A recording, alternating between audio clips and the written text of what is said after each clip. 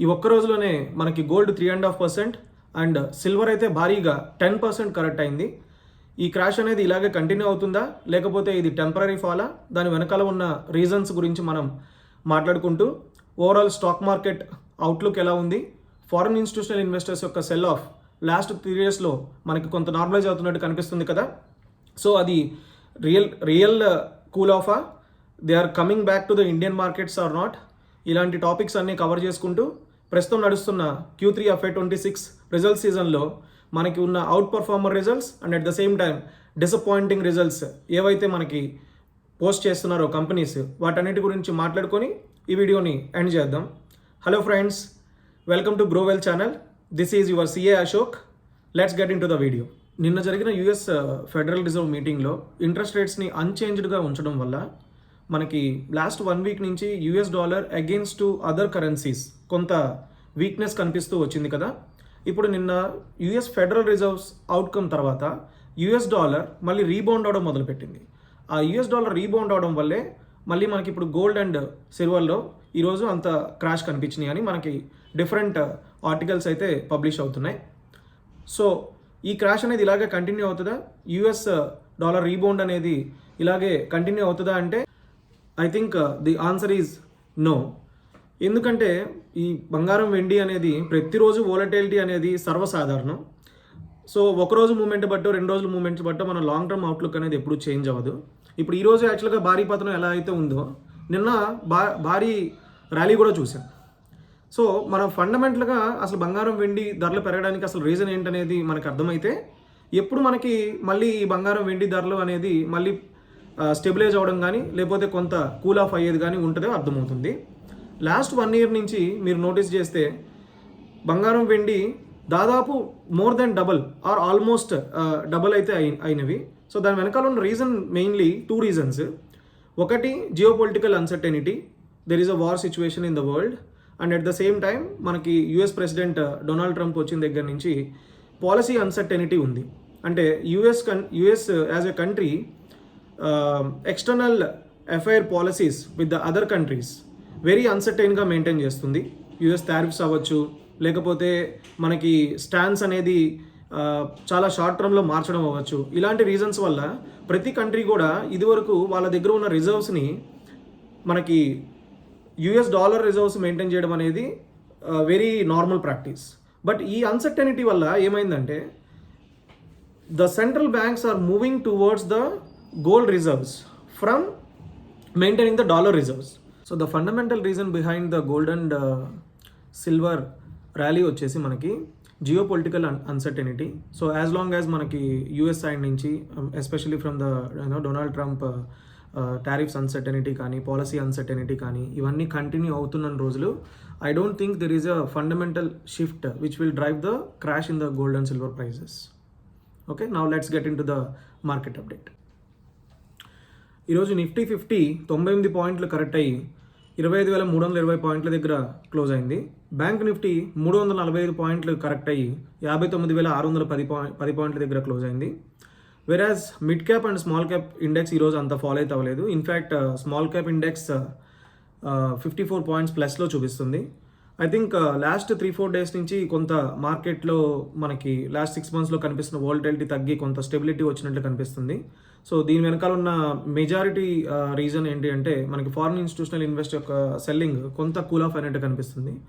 So నిజంగానే FIS యొక్క selling తగ్గింది అనుకోవచ్చా అంటే అలా చెప్పడానికి లేదు. ఎందుకంటే లాస్ట్ 1.5 ఇయర్ నుంచి there is a continuous sell off from the FIS.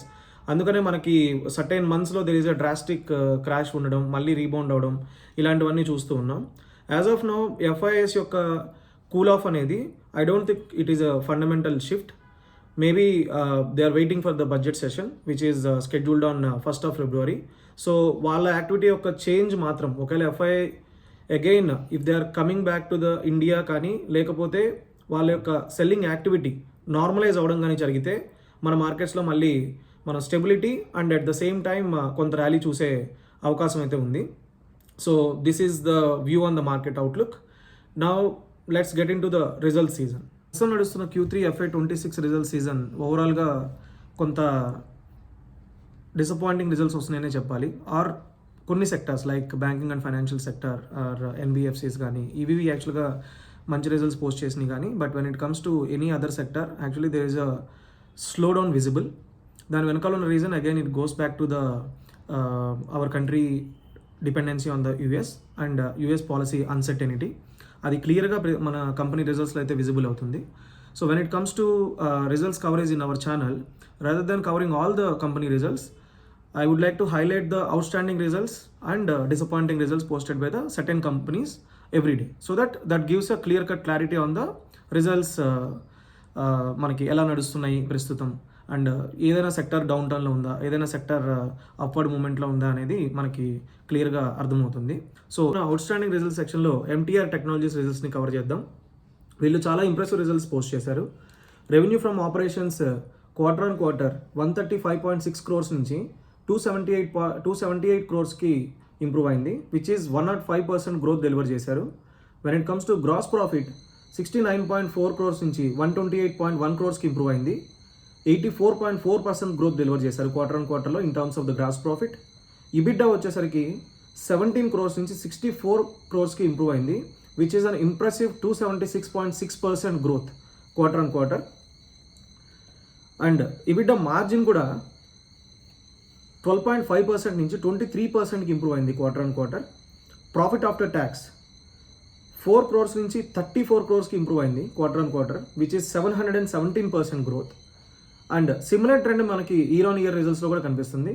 Revenue from operations 59.3% growth, gross profit 47.7% growth, EBITDA 92.5% growth, profit for the year 117.3% growth. So it's a all-round performance from the MTR Technologies. They have ticked all the boxes అని చెప్పొచ్చు.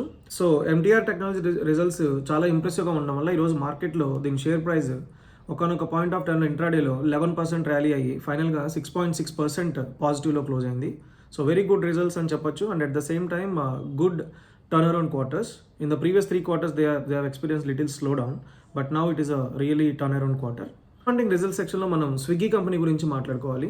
Swiggy Q3 FY26 రిజల్ట్స్లో రెవెన్యూలో చాలా decent గ్రోతే deliver చేసినా కానీ వాళ్ళ losses అనేవి widen అయినవి. So అది మార్కెట్కి యాక్చువల్గా వెరీ డిసప్పాయింటింగ్గా అనిపించి ఉండొచ్చు. ఎందుకంటే ఏ కంపెనీ అయినా సరే ఇవన్నీ new age or new platform companies అని చెప్పొచ్చు. సో వీటిల్లో మనకి ప్రాఫిటబిలిటీ యొక్క క్లారిటీ అనేది చాలా ఇంపార్టెంట్. అంటే ఈ క్వార్టర్లోనే ప్రాఫిట్స్ రావాలని మనం ఎక్స్పెక్ట్ చేయకపోయినా కానీ షేర్ హోల్డర్స్ కానీ ఇన్వెస్టర్స్ కానీ, but path to the profitability clarity లేనప్పుడు మార్కెట్ ఇలాగే పనిష్ చేస్తుంది. మీరు రీసెంట్ మంత్స్లో చూస్తే లాస్ట్ 3 months 4 months టైంలోనే స్విగ్గీ కంపెనీ వాళ్ళు QIP కూడా రైజ్ చేశారు. QIP around 400 price levels raise చేసినా కూడా ఈ లాసెస్ అనేది వైడెన్ అయ్యేసరికి ఈరోజు స్టాక్లో చాలా ప్రెజర్ కనిపించింది. After posting the results company యొక్క షేర్ ప్రైస్ ఆల్మోస్ట్ 4% నెగిటివ్లో క్లోజ్ అయింది Swiggy company. That's all for today's video friends. ఇలా మార్కెట్లో ఉన్న ఇంపార్టెంట్ అప్డేట్స్ని అండ్ ఇంపార్టెంట్ ఈవెంట్స్ని యూస్ఫుల్ అండ్ సమ్మరైజ్డ్ ఫామ్లో మీ ముందు తీసుకొస్తున్న ఎఫర్ట్స్ కనుక మీకు నచ్చినట్టయితే మన ఛానల్ని సబ్స్క్రైబ్ చేసుకోండి, ఈ వీడియోని లైక్ చేయండి అండ్ మీ ఫ్యామిలీ అండ్ ఫ్రెండ్స్ సర్కిల్లో షేర్ చేయండి friends. See you in the tomorrow's video friends. Signing off yours CA Ashok.